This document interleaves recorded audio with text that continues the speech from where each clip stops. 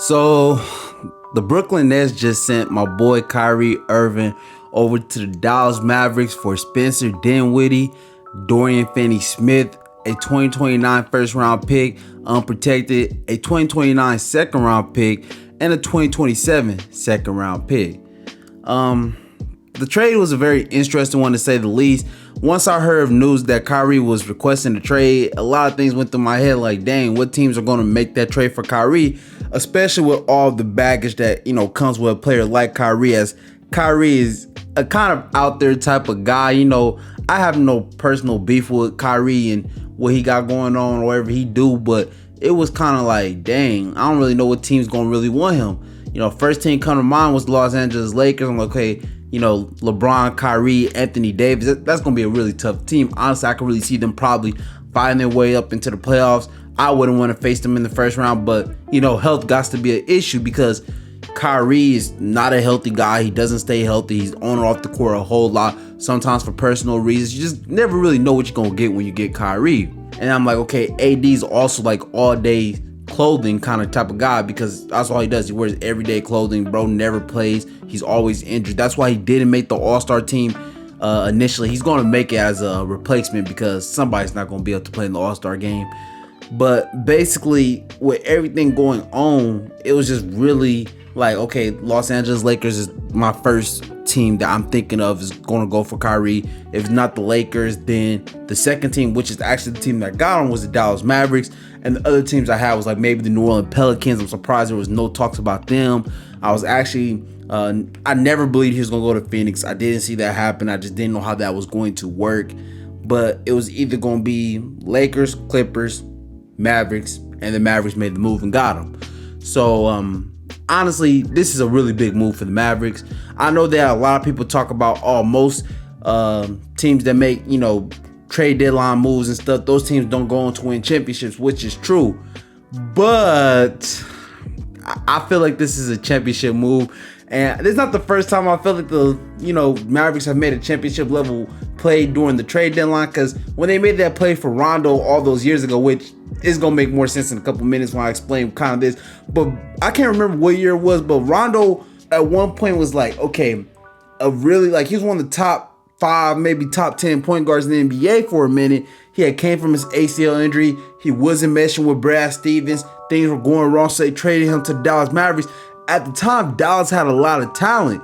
And I was like, oh, Rondo's that guy who's going to make all this talent. He's going to just elevate him because he's a Jason Kidd type of player. He just elevates the talent around him. This team might really be contending. Then they got knocked out in the first round by the Houston Rockets. I hope that's not what they're getting in Kyrie, man. I really do, because that would really suck. Like, nah, Kyrie's way too talented to come to Dallas and there just be an issue, but that's a possibility.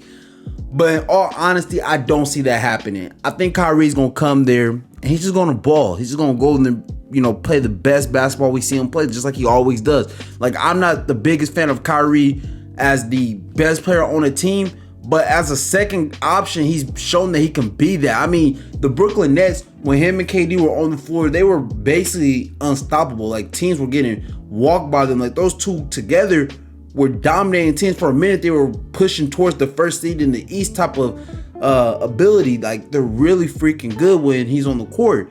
But the issue is Kyrie's not always on the court and he's not a leader. Now, I'm uncertain of Luka Doncic's leading ability, but what I do know is that Luka Doncic, for everything that I think of him, and I think that he's a really great player, and he's really proven me wrong over the last few years. He made it to the Western Conference Finals last year with Jalen Brunson, and now this year he got Kyrie Irving, who's way better than Jalen Brunson. No offense to Jalen Brunson, but Kyrie and him are not the same. Bro, Kyrie is legitimately the highest level of star before you. Like, he's barely under superstar level of talented, bro. Bro is really special. So this is like a big move. Kyrie's giving you 27 points per game, 5 assists, 5 rebounds. He's shooting like 50% from the field and like 37% from 3. And Luka Doncic is doing just as much work, giving you 33 points a game, 9 rebounds, 9 assists, 50% from the field, 35% from the 3-point range. Like, that's a lot of scoring, man. It's going to be tough. The Dallas Mavericks are like the 9th best offensive team in the NBA, and they're adding Kyrie Irving. to Luka Doncic. Luka Doncic ain't never had a teammate this good. I mean, say what you want, Kristaps was decent. He wasn't this guy. Like, this guy is going to change life in Dallas as long as he's playing. Like, forget all the off the court stuff. There's not another duo in the West that I'm like, oh, they're better than, like, LeBron and AD. Obviously, AD's injured too often, like I mentioned earlier, so I don't think that's a better duo than this Luka Doncic Kyrie duo. And what's the other one? Paul George and Kawhi Leonard. They're also always injured, bro. Like, they're in street clothes just as much as I am. They're not going to compete, bro. Like, if they can't stay healthy, the Clippers have no chance.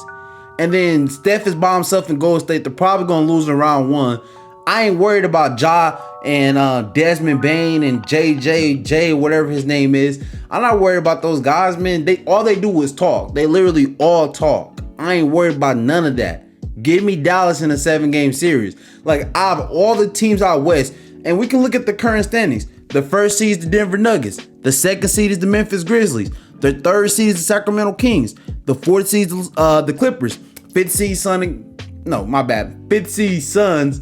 Sixth seed is the Mavericks. Seventh seed is Golden State. Eighth seed is Minnesota. Like, those are real teams. Then you got Utah and New Orleans Pelicans in the play-in. Bro, what team on this list are you 100% sure can really compete with this Dallas team with just Luka Doncic and Kyrie? And they still got Christian Wood and stuff, so they can still make a move. Let's be honest. They still got their 2024 first round pick, 2025 first round pick, 2026 first round pick. They could probably get a package together. I would love if they just go out there and get OG Anunoby. That would be dope. Just imagine, like, don't get me wrong, they still gonna need some beef up in the front court because Maxi Kleber and what's his name? Dwight Powell and Maxi Kleber, they kind of a little bit light, man. They need to eat a little more. The front court is a little weak. Maybe they need to make a move for Jakob Poeltl. They should be making nothing but moves at this point because for all they know, Kyrie can just be here for this 1 year. But if things play out well, I mean, I'm giving them a good chance to, right now they're the 6th seed, but there's not a lot of games separating them. Phoenix is not better than them. Clippers are not better than them. The Sacramento Kings, love you, De'Aaron. Your team is not better than this team. You know, De'Aaron should have been an all-star too, just saying. And, you know, I really got them as at least the third. I can see them getting up to at least the 3rd seed before the end of the season. And then if it comes down to a second round matchup between Memphis and Dallas, give me Dallas in 6. Shit, give me Dallas in 5, honestly. But yeah, I'm just really stoked about this trade. I think that Dallas can make more moves. And I know trade deadline moves and trying to get chemistry all together in such a short time period could be tough, but Luka Doncic has been special. Again, he got them to the Western Conference Finals last year, and he's a really good playoff performer. I can't, knock him. Again, I feel like if there's any time that I'm gonna be proven wrong, if he can really show me that he can play off ball and make that adjustment and just be the player that his team needs and just make winning plays and become the leader that his team needs him to become, I mean, I can really see Dallas challenging Denver, because again, I always thought Denver was going to make it out the West this year. And don't get me wrong, I still think that if Denver and Dallas met up, Denver got the slight edge, but it's not as big. It's kind of like the edge between the Eagles and the 49ers before Brock Purdy went down. If y'all didn't know, I really don't know, man, what I'm trying to say. But yeah, man, shout out to, Kyrie. I hope this all works out for you. I hope they can go here and just play ball and, not be a distraction, be a team guy and show his worth. I really do believe that they made this trade. They're going to extend him. He's going to be a Dallas Maverick moving forward.